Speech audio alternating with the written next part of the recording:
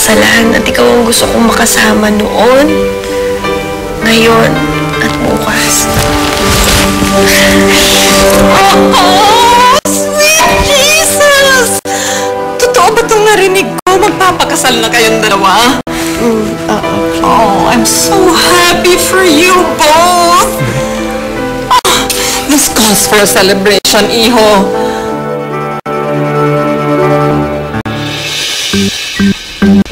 Ang bihira ako ay nagulat sa iyo. Isa kang traitor! Traitor? Ay, huwag kang kinakausap mo. Sino pa bang kakausapin ko? Sarili ko! Ay, bakit yung kapitbahay ko sa Batangas ay kinakausap din yung sarili niya? Ano nangyari sa kanya? Adi ayaw na tuloy sa mental. Iyak nga nang iyak eh dahil wala silang anak. Tapos nalulungkot nga siya dahil yung asawa niya nasa mental, mag-isa na lang siya sa buhay. Eh kaya ngayon, kinakausap na lang niya yung sarili niya. Huwag mo akong libangin! Pumunta ako dito para sabihin sa'yo, isa kang traitor! Alam mo sa sarili mo kung sino ang soulmate. Pero anong ginawa ko? Eh, bakit? Ano kang ginawa ko? Itinatwa mo siya! At katulad ng mga nakilala kong traitor, gugutay-gutayin kita! Ay, pambihira. Nanaginip na naman ako ah. Ako talaga yung dahil sa Karen na yan, pati sarili ko inaaway ko. Ay, sumusobran talaga yung Karen na yan ah. Palagay ko hindi nababalik din yan. Pagkatapos ng lahat na nangyari. Ay, naku, Joanna, Carlos. I'm so happy. I can't believe this. Parang nangyayari ba talaga to? Ay, ma'am, sabihin niyo, ma'am, parang nananaginip ako. Bilis sabihin niyo. Parang nananaginip ako. Ano ba? Ba't mo ako pinalo? Sabi niyo kasi nananaginip kayo, kaya ng Pasko kayo para alam niyo hindi kayo nananaginip. Hoy, Benjo, ah! Happy na at kakasal. Tama na, happy na. Happy na tayo. You know what? Dapat i-publish natin sa lahat ng dyaryo ang tungkol sa engagement party niyo. Sandali lang po. Pwedeng... Joanna, bakit? Kasi, pwede po bang tayo na lang muna yung nakakaalam? Pwedeng wala mo nang ibang makaalam. Bakit? bakit, Joanna? Kasi Carlos, alam mo naman yung sitwasyon ko ngayon, di ba?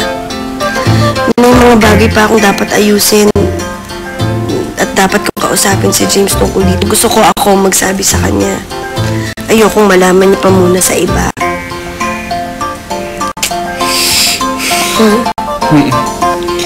Naiintindihan kita.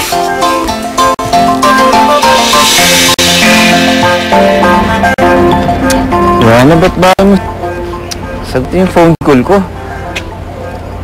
Sabi mo, sisipot ka eh. Bale. Hi. I'm still here. I'm just waiting for you. Love you. Ay, agad na. Pagkano sa akin? Pwede bang tapusin ko muna yung pinatext ko? Kasi yun.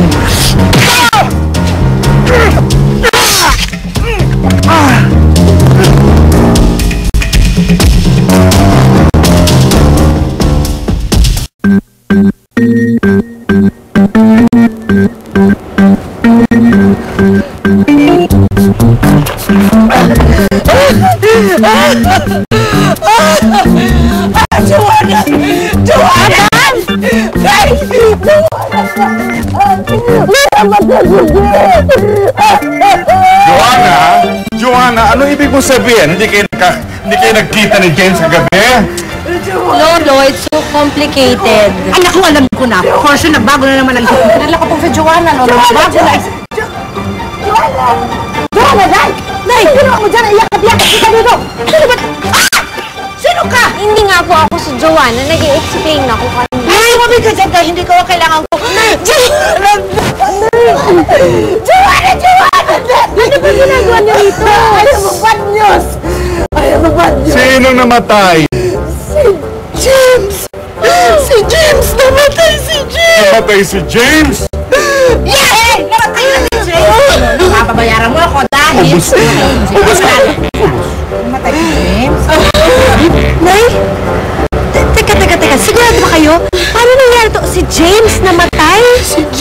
namatay. Kagabi nag-intay siya sa park. Ikaw yatang inintay niya. Pagkatapos dumating ang mga hold-uppers, nasaksak siya. Tigok!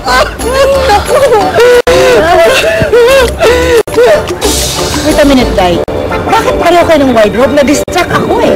Naputo ng emosyon ko, nagulahan ako sa inyo. Pati eyeglasses pareho. Day, wala kang originality. Wala kang stylist. Ay, kasarap talaga ng gising ko. At parang ang ganda ng sikat ng araw Tila wala na rin yata yung babae yun at dapat hindi na rin siya pumunta din Good morning, sir! Narinig ka pa rin? Oh? Bakit ko? Saan mo ako pupunta? Ay, ewan ko kahit saan, huwag lang din Naku, sir. Pasensya na po kayo, Kasi po, pinanganak akong professional. Inanturo sa akin ng mamsi ko. Kapag daw may problema akong sa personal, hindi ko daw dapat pinapa-apekto yun sa trabaho ko. Ay, gutay, ma'am. Puso. Tapi, sir? Alay, hindi na ako nailangan magtitimpla. Sige na, bumalik ka na sa trabaho mo.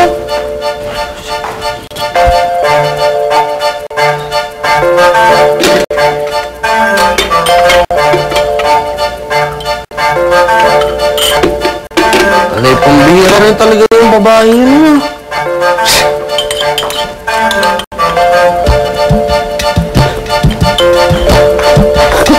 Kung inaakala mo, naalis ako dahil sinasaktan mo kung nagkakamali ka. Ibang klase ka talaga, Sige na, relax ka na nga. Gusto mo ako sa pagkakape ko,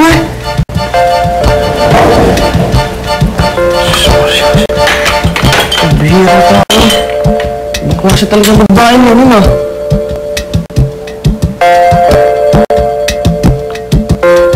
Hindi ako papakapekto sa'yo. Sa kwarto na nga lang makapagkape. Oo, narinig na nga. Ay, inaantay ko nga si Madam Sinabi ng katulong Dinin na muna ako si Madam Donna. Bawat pagpihit ng tadhana. Si Madam Donna. Sige na nga, babay na hindi kita marinig. Hinahanap kita. Bihira ka naman, nakita mo na may kausap pang amo mo. Nasaan ang manners mo? Ay, sir, sorry. Nagtatrabaho po kasi ako Hilibang ko yung sarili ko kaya kumakanta ako. Ay, bakit ba kasi ako sinusundan mo kahit saan ako magpunta?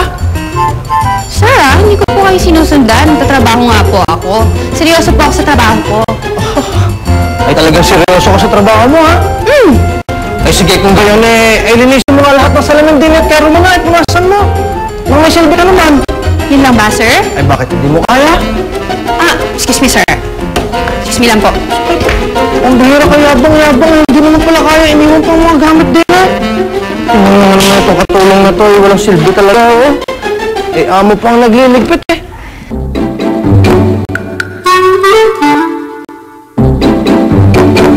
Ay, ano ginagawa mo rin? Bumaba ka nga riyan. Sir? Sinabi na bumaba ka riyan, Ay, sir, sorry. Hindi pa po ako tapos. Pambihira ka, inutusan nga kitang bumaba ka riyan. Hindi na maglapasok na lang masahe ko. Hoy! Sir, sorry nga po. Professional po ako. Gabi ko natapos yung trabaho ko, hindi ko po iniiwan. Ay, amo mo na nga magsasabi bumaba ka rin ngayon, Baba! Anong problema mo? Nilinis ko na nga. Ay, kung mahulog ka kaya riyan. Ikaw, meron ka bang kumahulog ka dyan? If I know, pag nahulog ako dito, sadyang mo papapasok